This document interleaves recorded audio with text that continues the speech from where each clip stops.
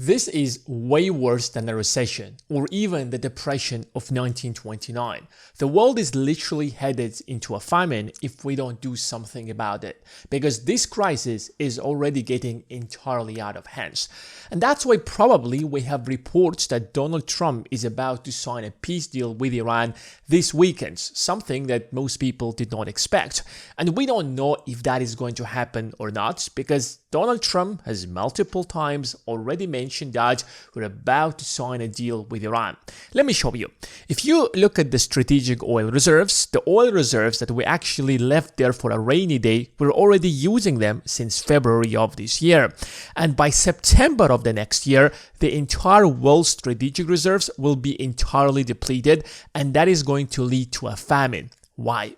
Because in order to make food, we need fertilizers. But in order to make fertilizers, we need energy. So without energy, there is going to be a shortage of fertilizers, which means that there is going to be a shortage of food, not just in the US, but literally all across the globe. So far, you've actually experienced in your life an increase in energy prices, but you haven't seen a huge increase in food prices. When that is going to happen, it is going to lead to a financial catastrophe. So if we are not going to fix the problem today, oil prices will remain at around $100 if the current situation continues. And so far, it has doubled inflation to 4.2%.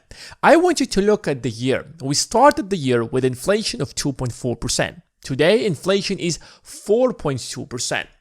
And it has been increasingly growing since this war has started. And the data is clear. This is inflation for February, 2.4%. In March, it rises to 3.3%. And in May, we already see 4.2%. And here's the question. Are you ready to see this systematic inflation that keeps rising every single month? That is a catastrophe, especially for the bottom 50%. But this is not yet the biggest problem. Look at this data. China is actually winning in this war. Let me ask you a question. Who do you think is depleting their strategic oil reserves? Is it China or the United States? Up until now, China has used 0% of its strategic oil reserves because they're literally just buying oil from everybody. They're buying oil from Russia, they're buying oil from Iran, they're buying oil from whoever they can. But if you look at the data for the United States, you will see that the US has already depleted half of its strategic oil reserves, which means that we've left another 6 months, maybe even less. And the strategic oil reserves will be over, and that means that the economy will be fighting for the little oil that is available in the market, which means that inflation will be way worse than it's right now. But another country, or I would say another continent that is in a bigger danger is the European Union.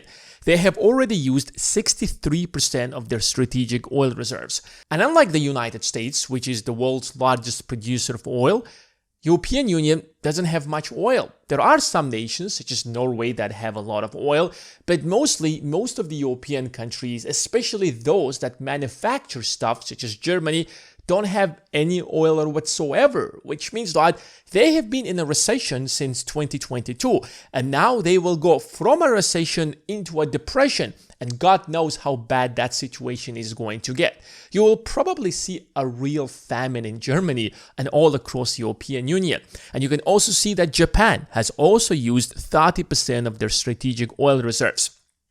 The United Kingdom is in the best shape because they have already used almost 18%. That's why if you look at this graph, you can see that the United States, the European Union, and Japan are the biggest losers of this war because they're running out of oil. So look at this data. This is even more fascinating. The EU will be in a financial disaster this November and the United States in March. So if we continue in the exact same trajectory that we're going right now, by November of this year, the strategic oil reserves of the European Union will be over. When the European Union will run out of oil, what do you think all these factories all across the European Union are going to do? they will start closing one by one. We have already seen news that multiple factories in Germany has already closed down. But now this is not going to be specifically to Germany, but this will happen all across the European Union. But here's the thing, European Union can't simply just sit aside and watch how they don't have any oil or whatsoever. They will start overpaying for the oil in the international markets. Suddenly, European Union will be fighting for the exact same oil that is in the United States. So oil prices will rise from around $100 to maybe $140, maybe $150. Worst case scenario, they can go up to $200 because now European Union will be fighting for the exact same oil that is being sold in the United States. And by March of the next year, the strategic oil reserves in the US will also be completely depleted. Which is why if we don't fix this problem right now, in a few months, we're actually about to face a financial disaster. So, assuming that the situation will continue the way it is and the Strait of Hormuz is not going to be open, here are the inflation expectations that we have. Assuming that the Strait of Hormuz is not going to be open and the situation will continue the way it is right now, by November of this year, we're about to see an inflation of about 6%. Just to remind you that this is the highest inflation since 2022. At its peak, we have reached inflation of around 9% back in 2022. But that was a problem that we have systematically created when the Federal Reserve dumped trillions of dollars into the economy. And we had a very clear solution. All the Fed had to do is to simply start quantitative tightening. Quantitative tightening is a very simple financial instrument that the Federal Reserve takes in order to take the money out of the economy.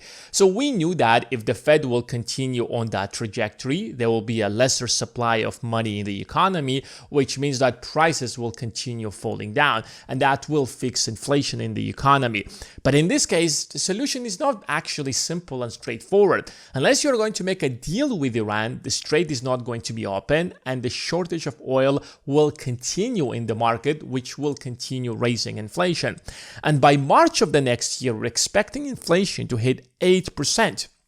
Here's the problem is that there will be a real shortage of oil in the market. And unless you fix that problem, inflation is never going to come back. So let me ask you, are you ready for a consistent inflation of 8%?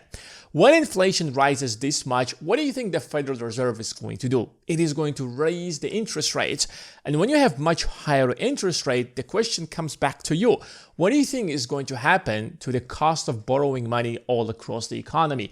It is going to rise. So when you go and take yourself a mortgage, when you go and borrow money for a car, when you go and borrow money to buy whatever you want, the cost of that debt is significantly going to rise, which is going to make the cost of living significantly more expensive.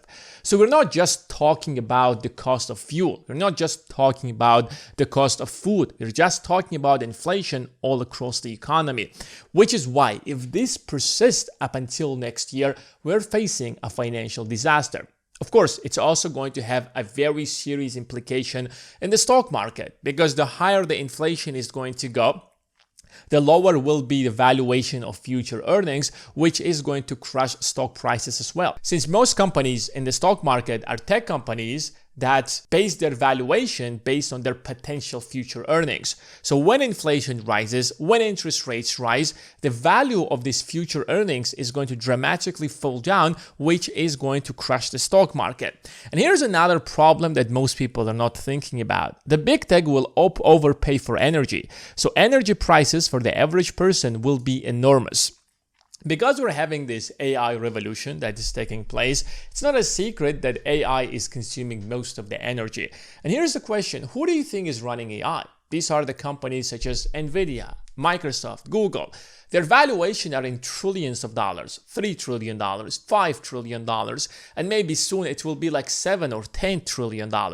They are ready to spend as much money as they want to make sure that they're winning this AI race. So the energy cost for them is not a problem. They will overpay for every last drop of oil in the market to ensure that these data centers are working because they're in a fierce competition. They don't have a limit. Just pull out the financial statements of any of these companies and you'll see them. This company is making $100 billion. That one is making $200 billion. The third one is making $300 billion. So when the average American will be fighting with the big tech companies for the exact same amount of energy, what do you think is going to happen? The prices for you, the prices will catastrophically rise. And this is the graph that shows that the energy consumption for AI will keep rising every single year. And by 2030, the AI will be consuming as much power as the entire country of Japan. And Japan is one of the most advanced countries in the world. It's one of the most industrial countries in the world. Look around. What do you see? You see Japanese cars, Japanese electronics, because Japan manufactures this stuff. And now the energy consumption of AI going to be as much as Japan. And here's another question. Where do you think most of the AI revolution is taking place? Here in the United States, which means that energy prices in the US will rise significantly higher. That's why Trump needs to make a deal with Iran, but it doesn't mean that the war is over. The war can restart once the market is going to be restructured, which is why you see news such as proposed Iran-US deal would reopen the Strait of Hormuz and lift the oil sanctions.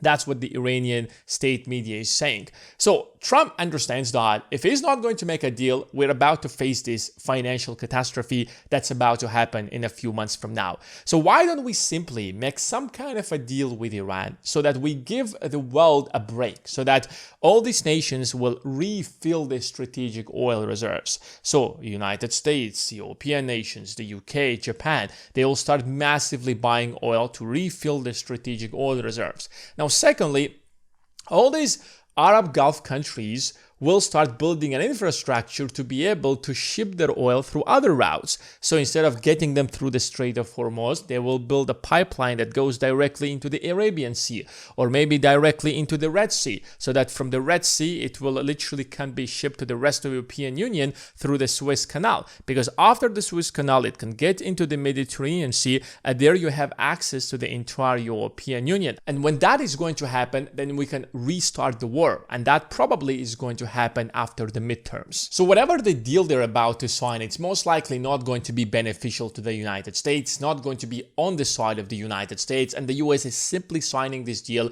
because the United States is simply left with no other choice but to take a break from this war. So in other words, Donald Trump was pushed to make this deal. That's why when they will announce a peace treaty, do not think for a moment that this peace is going to last. It's simply a break. It's simply a time to give you to prepare for a worst case scenario. So use this opportunity to start investing, building your emergency fund, building your investing portfolio that is going to replace your income no matter what is going to happen. Because at the end of the day, the government is busy fighting other nations. The government is busy spending trillions of dollars on this war and not on making your life better, which is why every single person should start investing and building an investing portfolio that is going to get him to financial freedom.